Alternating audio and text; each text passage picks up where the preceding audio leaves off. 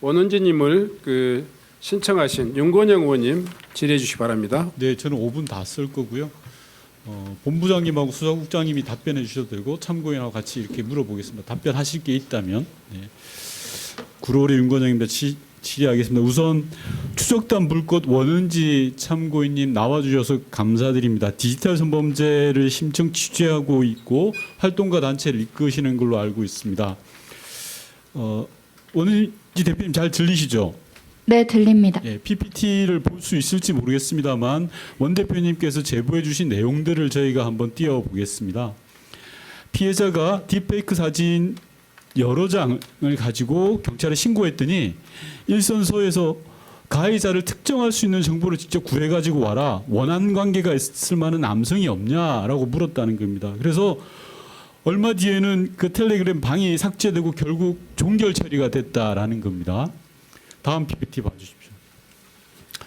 딥페이크 피해 교사가 증거물을 들고 경찰에 직접 신고를 했더니 경찰에서는 인천 계양서에서는 딥페이크 텔레그램 공조 수사밖에 답이 없다라고 했다는 겁니다. 그래서 결국 피해자가 직접 보고서를 작성해서 사건을 접수했다고 합니다.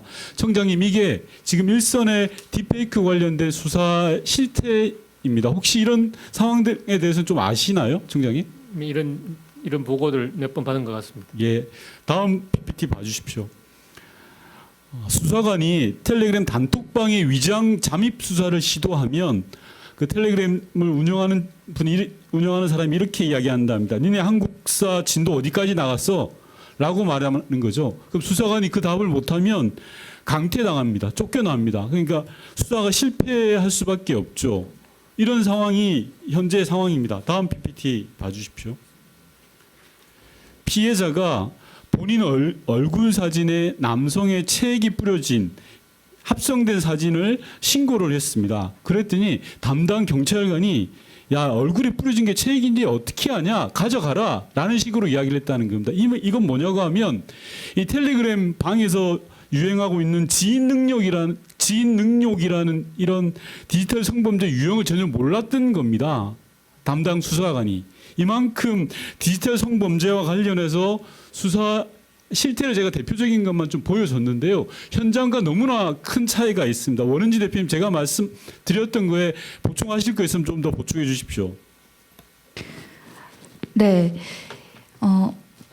5년 전부터 이 지인 능욕이라고 불려왔던 현재 딥페이크 성범죄로 알려져 있는 사건들의 피해자에게 제보를 받아왔습니다. 근데 한 피해자는 2019년도에 수사관으로부터 이 텔레그램이라 수사 협조가 어렵다. 그러니 이 피해물이 올라온 것을 삭제 조치라도 하자. 너가 직접 방송통신심의위원회에 연락해서 지워라. 라고 했습니다. 그리고 5년이 흘렀고요. 지금도 수사기관에서는 피해자들에게 텔레그램은 수사협조 안 된다. 지금 자료로 아무것도 못한다. 앞서 보셨던 사례들이 5년 동안 피해자들이 겪어야 했던 현실입니다. 예, 청장님, 본부장님, 다음 PPT 보시면요. 이렇게 디지털 성범죄에 대해서 경찰에서 보다 더 노력을 해야 됨에도 불구하고 교육은 오히려 줄어들었습니다. 그리고 위장 수사 예산도 많이 줄었습니다. 절반 가까이 줄어버린 상태입니다. 이게 정상인가요? 말로만 딥페이크 수사를 강화하겠다라고 하시는데요. 이렇게 해서는 안 되죠. 다음 PPT 봐주십시오. 경찰청에서 최근에 8월 말에 딥페이크 성범죄 특별 집중단속 보도자료를 낸 겁니다. 청장님, 본부장님 잘 아시죠? 이런 보도자료 낸 거요. 여기에서 핵심이 뭐냐고 하면 학교 전담 경찰관 SPO를 중심으로 범죄 첩보를 수집하겠다라는 겁니다. 그런데 청장님도 아시다시피 학교 전담 경찰관은 학폭을 담당하는 분들이에요.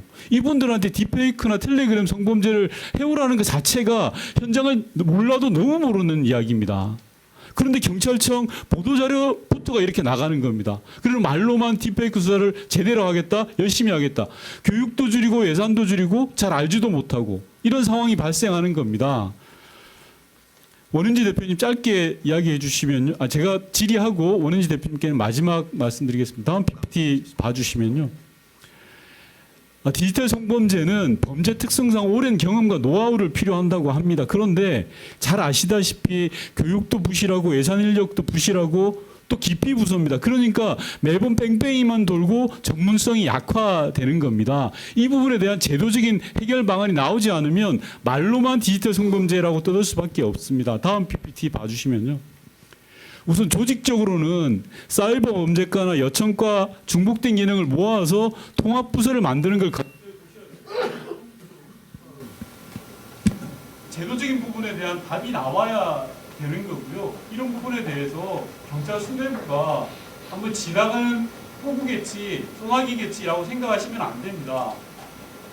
지금은 딥페이크라든지 디지털 성범죄가 대세로 자리 잡고 있는 그런 상황입니다. 그래서 제대로 들여다보겠다라는 생각으로 임해주십사라는 말씀드리고요.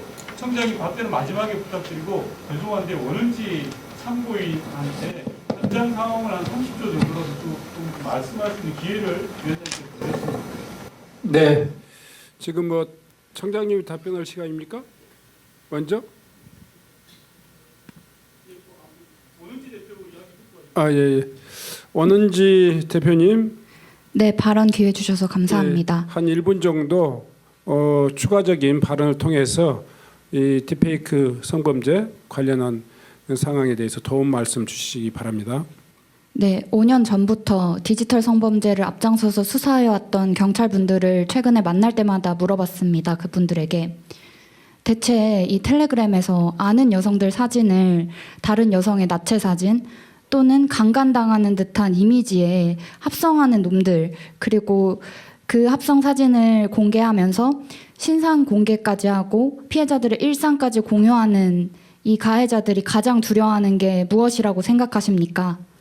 물어봤더니 정말 일선 수사관분들 모두 검거돼서 본인의 죄가 세상에 알려지는 게 가장 두려울 거라고 말씀하셨습니다. 그걸 아는 분들이 왜 그러셨습니까? 수사를 반려한 기간이 5년이 넘었고 범죄를 방관했다는 걸 범죄자들도 압니다. 정치권에서 지금이라도 경찰에 책임을 물을 수 있어 다행입니다. 이건 5년치 국정감사입니다. 5년 전에 이 자리에서 텔레그램이 수사 협조 안 된다라고 하는 경찰관들, 지금 자료로 아무것도 못하니까 피해자에게 직접 초동수사 해오라고 했던 경찰관들 질의했으면 서울대 사건, 인하대 사건, 초중고 딥페이크 사건들 피해자들의 원통함이 조금이라도 나아졌을까요? 딱 하나만 부탁드립니다. 민원 창구에서 피해자분들 받는 수사관분들의 전문성 그리고 진심, 의지 이런 것들 고취시켜 주시길 바랍니다. 감사합니다. 네, 수고하셨습니다.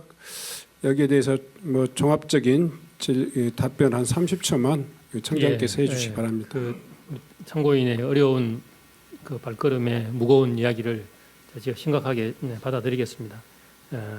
그 현장에 초기에 접수하는 직원들의 어떤 그런 전문성이라든지 이런 거에 대해서는 개선을 하도록 하겠습니다.